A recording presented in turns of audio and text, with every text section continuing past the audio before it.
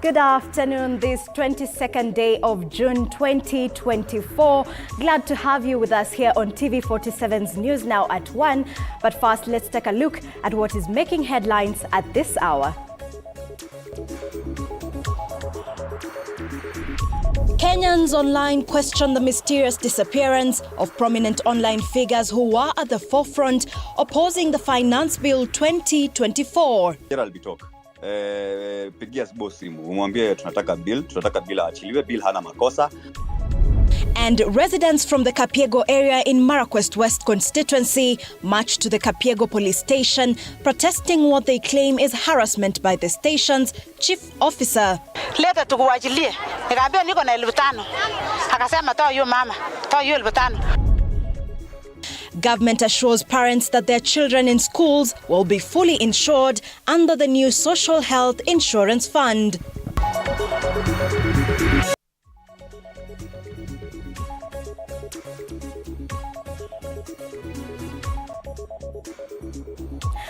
Thank you for joining. I am Sheila Chelangat, and the 30 minutes of this broadcast begins now.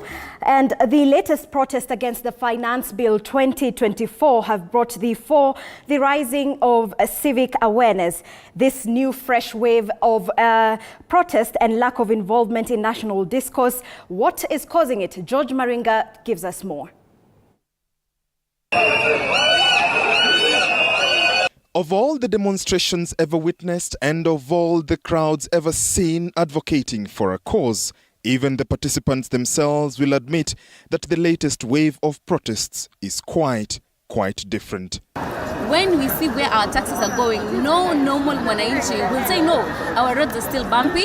But do you know what we see? We see them with new watches, we see them with new houses, but a normal Mwananchi haizi enda hospitali. In broad daylight,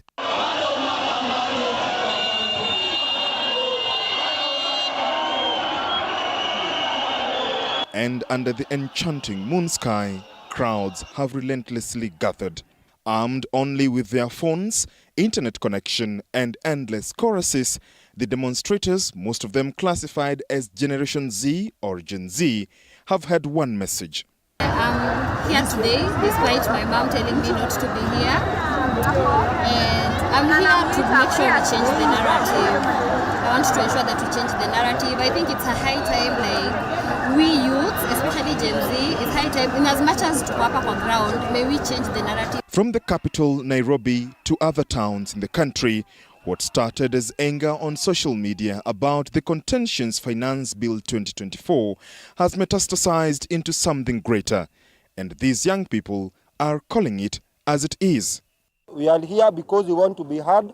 We are here because it is us who our parents took to school so that we can lead, so that we can study and understand all the things that have been written there on that Financial Bill 2024. Yes, most of us voted in 2022, and we don't have confidence in this government. We shall take over the power. We shall not agree that these leaders shall lead us into the wrong direction as we just sit still and wait for them. As the Gen Z, we've taken this into our own hands, we've taken matters into our own hands, and we shall lead this nation into liberation. We shall no longer be fearful, but we shall have power. Power is not given, power is taken, and we are The difference this time, these protests have not been organized by political parties. But despite the hundreds, borderline thousands of demonstrators, one wonders whether this means that voter apathy could be a thing of the past, and they say this is just the beginning. In coming 2027 elections, I'm going to vote. And I want to tell the whole Gen Z, the whole country, please, to jitokeze 2027. We want change. Change has to begin with us. And I want to say, we have the power.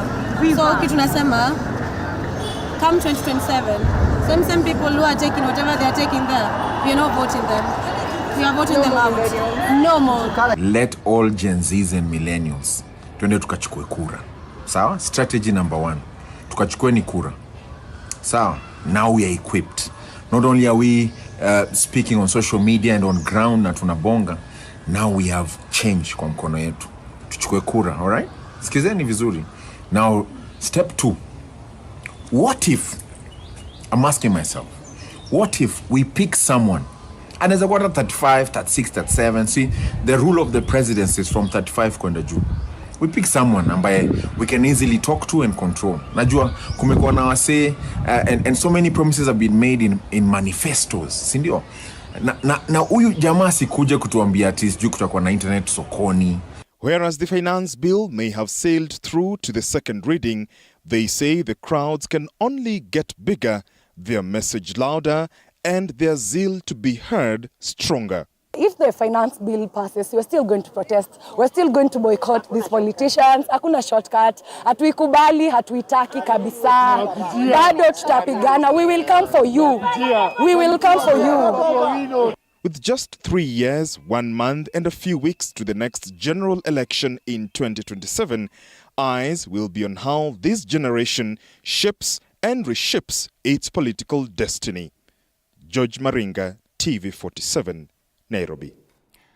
Thank you, George. And a family in Buri constituency, Meru County, has been living in dismay following the sudden disappearance of their son, Mwenda Mbinjiwe, a security expert who went missing from the 12th June in 2021. The family has said that meaning to try and finding their son has failed, and they have continued to receive threats from people. They have now called upon President William Ruto to intervene and help them find their son.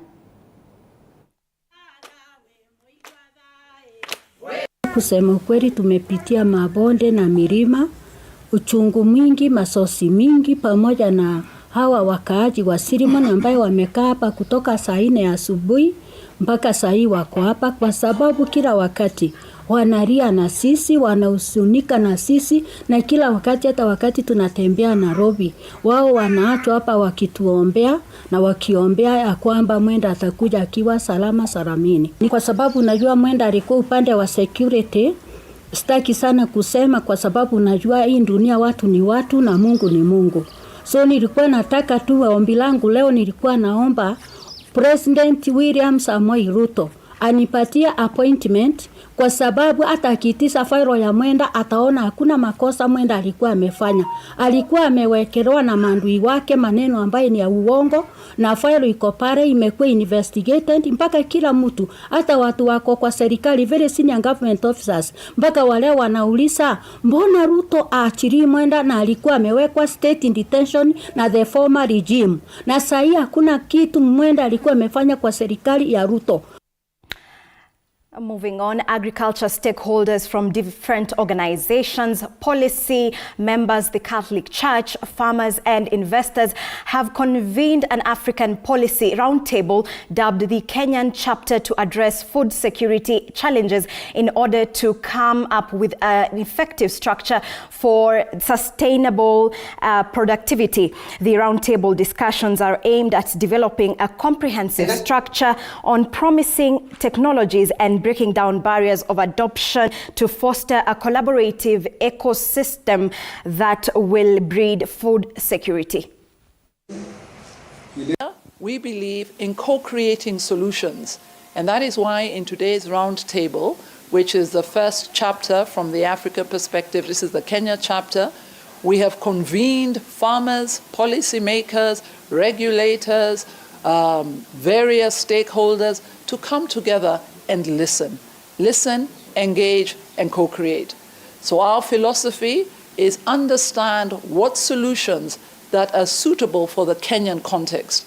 And from there, we provide a toolkit of various solutions that enable the farmer to drive yield and drive productivity. This activity is very important for the Catholic Church, and especially particularly in East Kenya, because much of our economy is based on agriculture, and also given that our country is almost semi-arid in a bigger way, we think agriculture not only for food but also for nurturing our nature where it is by growing trees. Sisi tukitaka kuongea na hawa policy makers waweze enact these policies and registration, ndio sisi tuweze kupata zile teknolojia mpya, sababu most of these technologies either zimepelekwa kotini ama hazipatikani hapa. Tungekuwa tunataka kurahisisha kazi ya ukulima, tuwe tunatumia teknoloji kama mechanization, drones, vitu kama hizo ndio kazi yetu ikuwe rahisi.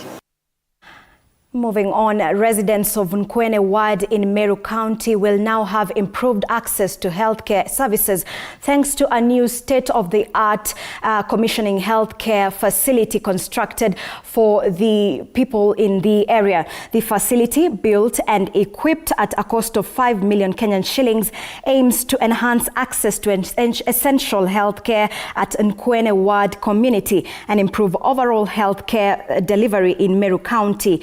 The healthcare center is furnished with modern medical infrastructure, diagnostic equipment, consultation rooms, and specialized treatment areas. Additionally, KPC community members using the facility say that the access to quality healthcare services is a constitutional right, yet millions of Kenyans struggle to afford healthcare. There to also commemorate a good work that has been done by the Kenya Pipeline in helping the community around here to put up this facility here, which is a level 2 hospital. It has been funded to a tune of 5 million. So we really, as the lead of this area, I appreciate this work, and I ask even other institutions to move out and help the community in this way. Ni siku kubwa na ya furaha kwa kufunguliwa hospitali moja hapa, dispensary ya huku MCK, ambayo tulikuwa tumesaidiwa na watu wa Kenya Pipeline. Within new location hatuna dispensary ingine, hatuna facility ingine ya wagonjwa kutembea, na ni area ambayo iko na population ya watu wengi sana. Hospitali ambayo walikuwa naenda kusaidiwa ni mbali some kilometers kutoka hapa, na ni gharama kubwa hata kwa transport. Privileged to be here where Kenya Pipeline Company is commissioning Ukun dispensary. They invited us to come here today as an hospital to offer the health services that we offer in Aga Khan. We decided to come here and offer a free medical camp where we are screening the public. Everyone is open today. Everyone is free to come for this event. And the Principal Secretary of the State Department for Public Health and Professional Standards, Mary Murioki, has assured parents that their children in schools will be fully insured under the new Social Health Insurance Fund. The Primary Health Care Fund under new scheme will cover learners ongoing and their households. Son and the Holy Spirit. Amen. The Mass is ended. Let us go in peace of Christ. What is going to happen when EduAfya is removed from NHIF and we are rolling out to SHIF? What we are calling the Social Health Insurance Fund. Sisi wote tumesikia mambo ya Social Health Insurance. Na kama kuna wale hawajasikia, hiyo ni ile insurance ilikuwa inalipia, kuna insurance ilikuwa inalipia watoto wa kwenda shule. Na tukasema ya kwamba we are introducing insurance scheme that is going to be for everybody. Because what we want to provide in this country is an accessible, available, affordable, quality healthcare. And to the parents and guardians, your role in this success cannot be overstated.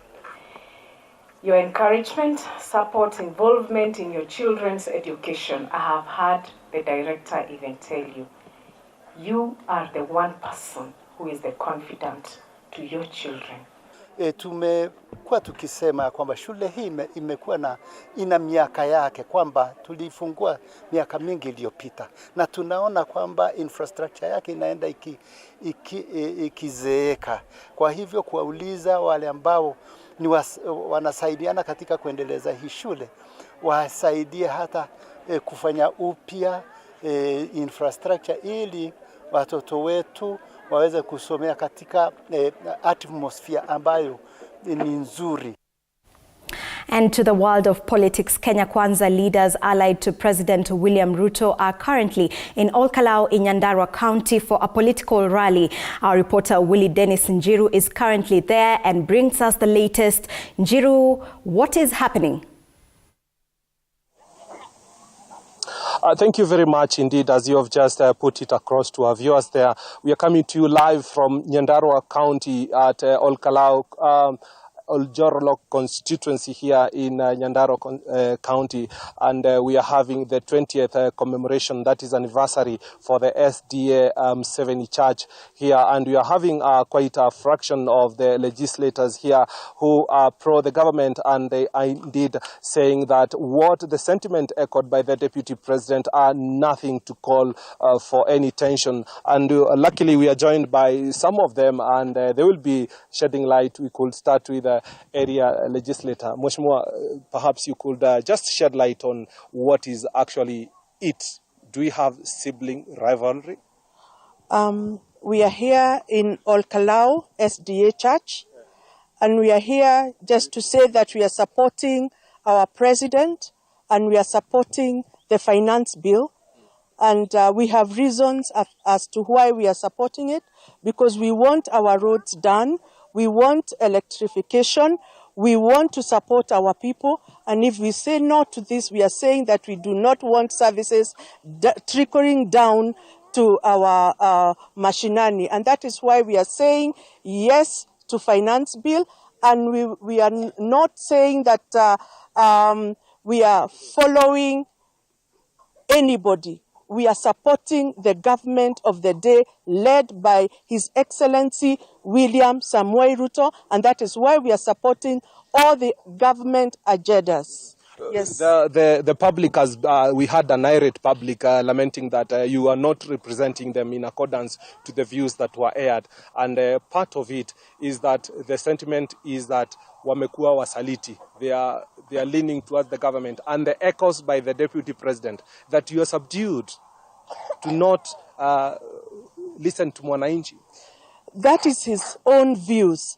What we are doing as legislators is that we are asking the government to help our people, help us build roads, help us build all the services that we need at the ground level. We need electricity. We need our children to go to school. We are saying our potatoes here in Nyandarua, we need support. And I know there has been lying out there that we have added tax on potatoes, cabbage, and carrot. What we are saying, those are just lies outside there. And that is why I said yes, because I want my constituents in Nyandarua to get all the services needed. And without finances, there will be no services. Thank you. I have a Mheshimiwa here whom we hail from the same town of Naivasha, but a big representer on an area that is presumed to take the 1-1-1 vote by population. What do you have to say, Mheshimiwa? Possibly what I have to say is that we are just from campaigns. It's only 1.5 years after campaigns, and there is so much that we promised our people. And I can assure you that the Wanjiko we are dealing with today on the ground is no longer full. We have our Wanjiko who can reason, our Wanjiko who can resonate, and our Wanjiko who listens to what we told them. We told Wanjiko that give us this government, give us these votes, allow us to take charge of your constituencies and your counties, and we are going to deliver on what we promised you. Personally, I'm in the education committee. I know what we are going through in parliament. We have a whole 46,000 JSS teachers who have not been employed.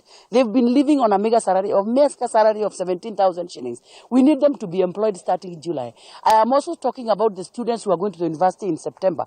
We have a crisis of so many students that are out there, and we are looking forward to giving them funds and bursaries and scholarships to go back to the university. So what the deputy president is saying, are you working under duress by any chance? For sure, we cannot. Personally, I would not work under any duress, but I always believe in I always believe in myself and in what I am feeling. When we came to these people, we told them that they need to vote the president of the Republic of Kenya and his deputy. So if the deputy president feels he's no longer part of the deal, we still are in the deal until we deliver. All right. Perhaps before we wind up, what is this sibling rivalry, Mheshimiwa? I'll start from the question that you've asked. You asked if we are under duress. I must admit I am under duress for Laikipia County to be developed. I am under duress for our roads to be made in Laikipia. I am under duress for our water to be installed. I am under duress for electricity connection. And for people who have cancer patients, I am under duress for them to get treatment and them not having to dispose their property. Thank you. Thank you. Before I just take it back, let's hear what the church has to say. Clericals, what they have to say. For a short time. For us, we are praying for the government, because if we see rivalry, we fear for our country, and what we will do as clergy, we will pray for our government so that you may unite. Right, that is our reporter Willie Dennis Njiru in Naivasha. In Nyandarua, we will be bringing you more of that story in our subsequent bulletins. Moving on, as the country continues to embrace technology and digitization, various private stakeholders are making it easy for Kenyans by promoting technological devices that will ease the lives of Kenyans. Speaking during the 40th anniversary of Hotpoint, an electronics company with several branches and brands, Chief Executive Officer Ravi Kanani says they are introducing more devices and electronics that will be easier to use and friendlier to the environment. This is in a bid to ensure Kenyans are up to date with the latest technological innovations in a world that is becoming more technologically advanced. Kenya is stable, and Kenya has a lot of growth, a lot of opportunity, and we shouldn't be discouraged. All the brands we deal with, they have a headquarters in Kenya. So Kenya, we're ideally located, I would say, the center of East Africa, and we really have a lot of potential. Our projections are really optimistic. Our retail sector is really growing. We've opened several stores in the last few years, and we hope to open many more. And we're also seeing our customers growing, which is really encouraging to us. All our big customers are also growing. So we are viewing it very positively. We have a motto at the company, which is